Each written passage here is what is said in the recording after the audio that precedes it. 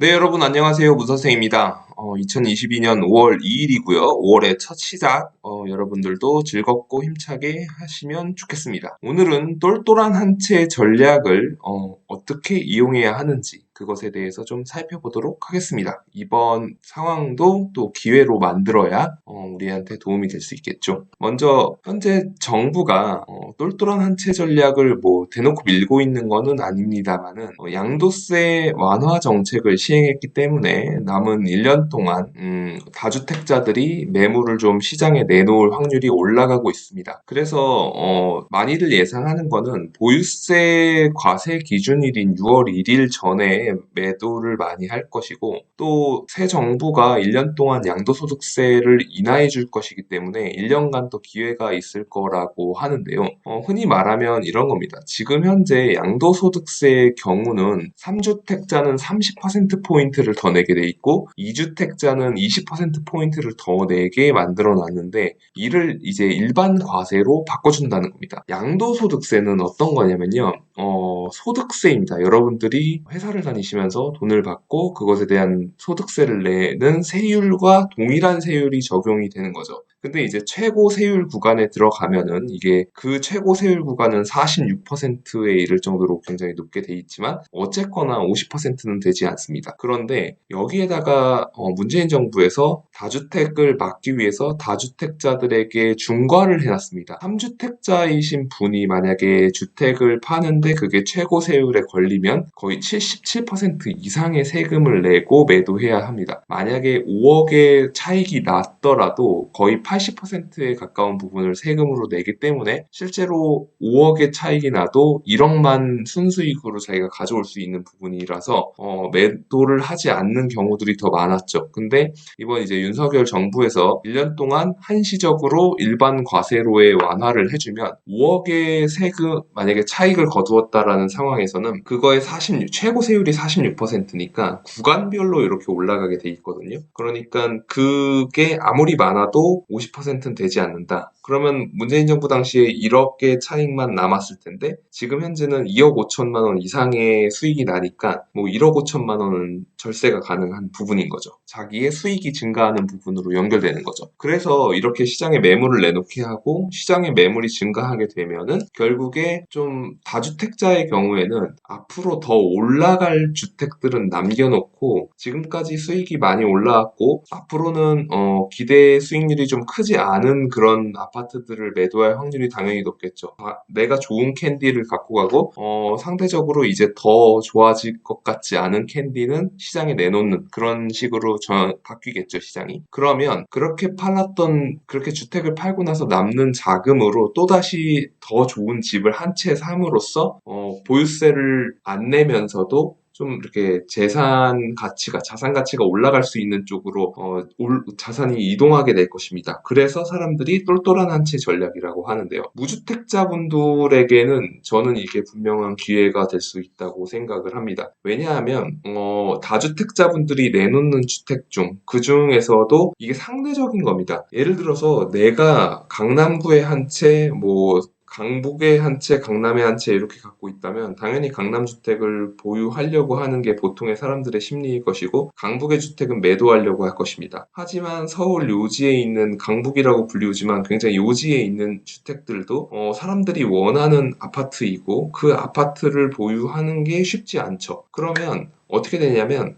상대적인 거라고 말씀드렸잖아요. A라는 다주택자한테 이 물건은 별로 매력적이지 않지만 무주택자나 1주택자에게는 좋은 매물일 수도 있는 겁니다. 왜냐하면 이건 상대적으로 내가 갖고 있는 매물 중에서 어떤 게 똘똘하냐 안 똘똘하냐를 판단하는 거지, 그게 모든 사람에게 안 똘똘한 물건은 아니니까요. 그러면 이 상황에서 무주택자나 1주택자는 그들이 내놓는 매물을 급매로 싸게 사는 게 저는 유효한 전략이 될 수 있다고 생각을 하는데요. 실제로 보면은 지난 3월에도 서울의 20대 30대들이 서울 아파트를 매수한 비중이 전체 거래에서 40%에 이를 정도로 많다고 합니다. 약 1200건의 거래가 됐는데 이 중에 500건의 거래가 2030이 거래를 했다는 거예요. 하지만 사실 생각해보면 1200건의 서울 아파트 거래량은 굉장히 많은 양은 아닙니다, 절대로. 보통은 4,000건 정도가 됐던 걸로 기억을 하고 있고요. 18년도, 19년도 굉장히 주택 가격이 많이 오를 때는 18년도 8월이었나? 아마 15,000건의 거래가 터졌을 만큼 굉장히 많은 거래량이 있었고 2022년에 3월에 그 1,200건의 거래는 결코 많은 숫자는 아닙니다. 그래서 2030이 뭐 그중에 비중을 40%를 차지한다고 해서 영끌이 다시 시작됐다. 이렇게 말하기는 어렵습니다. 그러나 제가 말씀드리는 부분은 이런 겁니다. 집이라는 거는 집 가격은 주택 가격, 즉 건물 가격과 토지 가격으로 구성이 되어 있습니다. 토지는 거의 언제나 상승해 왔어요. 서울의 토지 가격은 계속 올라왔어요. 그런데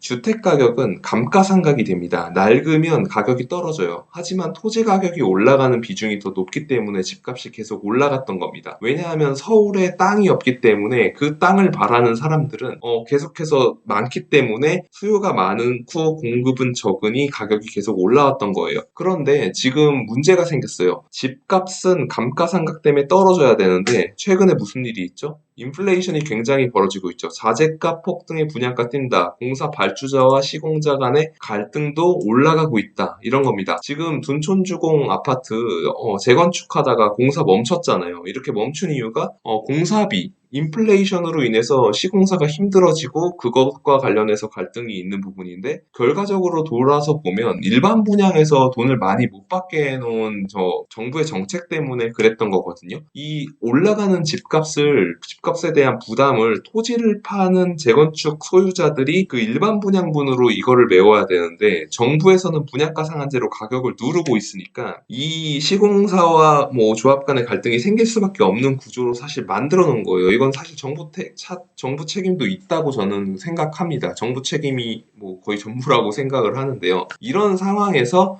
분양가 상한제로 누르게 되면 결국에 재건축이나 재개발의 속도가 저하되게끔 되고 그러면 공급이 부족해지니까 토지 가격 그리고 주택 가격은 더 오를 수밖에 없게 됩니다. 그럼 이러한 상황 속에서 결국에는 지금 전세 가격도 오른다고 해가지고 말이 많은데요. 임대차 3법이 이제 잠겨있던 물량들이 도래하는 시점이 이번 7월입니다. 그렇게 되면은 상당수의 매물들이 현재 전세가가 굉장히 올라갔던 그 가격까지는 다들 올라올 것 같아요. 그러면 사람들이 전세에 대한 그런 부담은 엄청 커질 텐데요. 보통 무주택자 분들은 전세나 반전세 혹은 월세로 거주를 하고 계실 거고 이 부담이 올라가는 게 굉장히 힘들어지실 수 있어요. 근데 아까 시작할 때 말씀드렸던 똘똘한 한 채 전략에서 이 소유자분들이 상대적으로 본인이 갖고 있는 매물 중에 안 똘똘한 매물을 내놓는 거를 금매로 잡으면 좋은 기회가 된다는 거예요. 지금이 고점일 수도 있다는 두려움과 청약으로 로또를 받으면 좋다라는 그 관점 저는 이해는 갑니다. 다만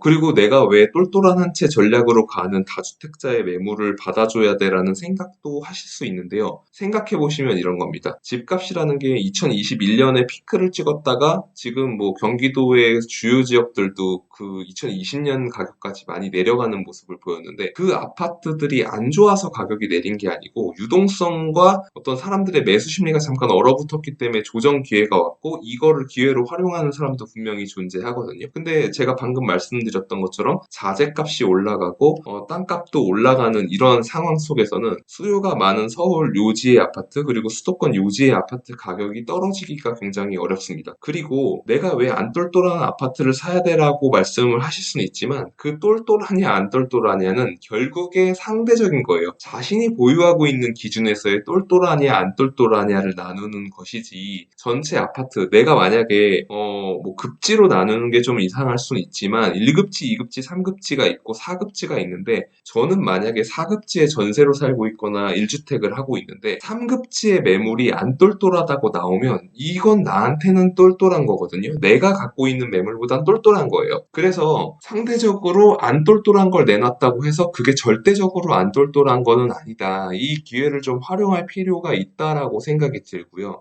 이렇게 무주택자나 1주택자는 굉장히 좋은 기회라고 생각하는 이유가 윤석열 정부에서는 1주택자에 대한 부담을 완화하겠다라고 거론하고 있고 실제로도 생애 최초 주택에 대해서는 취득세를 감면해주겠다라는 것도 있죠. 그리고 주택담보대출도 무주택자 신혼부부 대상 대상으로는 좀 숨통을 틔워줘서 LTV와 DSR까지 좀 완화해주겠다. 이런 정책들이 나오고 있습니다. 실제로 주택금융공사에서 진행하고 있는 적격대 대출이라는 상품을 보면요. 이게 뭐 고정금리 40년으로 4.64%, 뭐 과거에 비해서는 높지만 그래도 부산은행 뭐 이런 기준으로는 좀 상대적으로는 좀 낮은 SC 기본형 적격대출도 4.37% 40년 고정금리 뭐 이런 식으로 진행을 하고 있는 부분들이 있거든요. 물론 이 적격대출이라는 거는 기본적으로 9억 원 이하의 주택에 대해서 무주택자 혹은 1주택자에 대해서만 빌려주는 대출입니다. 그런데 어쨌든 정부에서는 1주택자,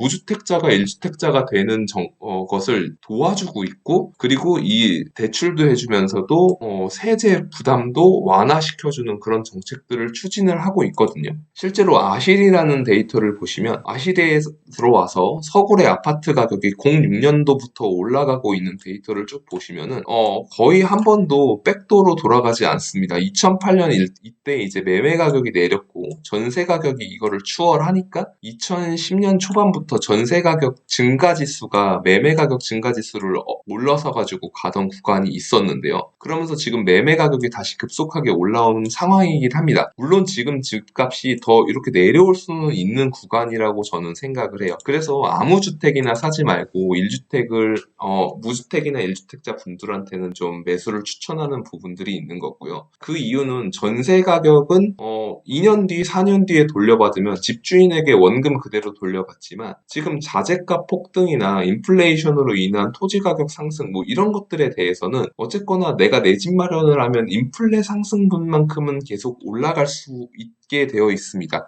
그래서 서울 요지에 1주택이 되는 거는 괜찮다고 생각이 들고요. 이 정부가 주는 똘똘한 한 채 전략, 이 과정 속에서 내가 다주택자가 파는 안 똘똘한 물건이지만 내게는 똘똘하다고 판단되는 그 물건을 싸게 잡을 수 있는 기회가 될 수 있다라고 저는 그렇게 생각을 하고 있습니다. 기본적으로 부동산에 대해서 개인이 펼쳐가는 전략은 이 정부와 협업을 해간다라고 생각을 하면 좋습니다.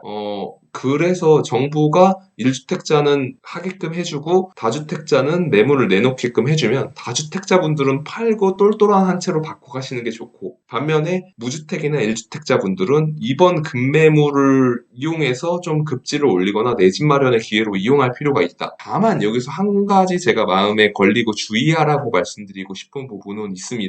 그게 뭐냐면 이명박 정부 당시에 서초구의 내곡동, 세곡동, 우면동 이런 아주 요지에 강남 서초 일대에 저렴한 반값 아파트를 보금자리 주택이라는 걸로 공급을 했습니다. 이런 로또 기회를 잡으려면 사실 무주택 기간을 유지하는 게 사실 더 유리하긴 했죠. 하지만 이게 확률 게임이라고 저는 생각을 합니다. 내가 내 자산을 인플레이션만큼 올라가는 데다가 베팅을 하고 갈아타기 전략으로 갈 것이냐 아니면 내가 인플레에 맞서서 내 전세금은 고정돼 있기 때문에 현금이 녹아내리는 인플레이션으로 인해서 아이스크림처럼 녹아내리는 내 자산 가치를 그냥 두면서도 한 방에 청약을 노려서 점프업을 할 거냐 이게 이제 선택의 문제라고 생각이 드는데요. 저는 그럼에도 불구하고 그래도 인플레이션에 맞춰서 내 자산 가치가 조금씩이라도 올라갈 수 있는 1주택 전략이 여전히 유효하다고 생각하고 있고요. 이 유효하기 위해서는 싸게 사야 합니다. 싸게 사기 위해서는 매물들이 많이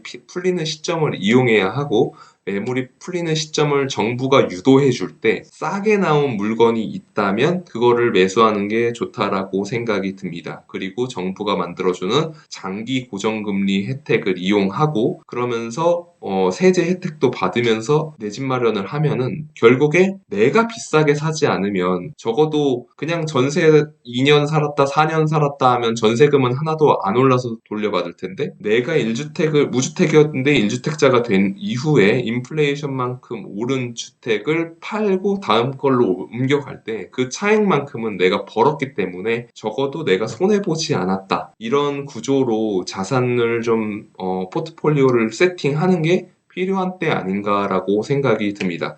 그래서 지금 정부가 똘똘한 한 채 전략을 대놓고 밀어주는 건 아니지만 어쨌든 매물을 내놓으라고 하는 걸 보면서 이제 폭락이 올 거야. 그리고 나는 저 다주택자들이 내놓는 안 똘똘한 매물은 쳐다보지 않을 거야 라는 거는 사실 맞지 않다는 거죠. 안 똘똘한 매물이라는 거는 상대적인 거예요. 똘똘하냐 안 똘똘하냐, 이거는 내가 갖고 있는 자산 중에서 비교하는 거지 절대적인 게 아니라는 거를 염두에 두시고, 두 번째로 염두에 둬야 될 건 그럼에도 급매물, 싸게 나왔다라는 매물을 사야 된다는 것. 아예 대놓고 실거래가가 좀 내려간 물건을 사는 게 좋겠죠. 그리고 마지막으로는 정부가 주는 혜택인 세제 혜택과 대출 혜택을 이용해서 내 자산을 인플레이션만큼은 상승할 수 있는 구조로 세팅하자. 이게 이번 영상의 이제 핵심이라고 할 수 있겠습니다. 그래서 오늘 경제뉴스 이렇게 정리를 하고요. 내일도 다른 경제뉴스, 재테크 뉴스로 찾아뵙도록 하겠습니다. 영상 도움 되셨다면 좋아요와 구독하기 부탁드리겠습니다. 고맙습니다.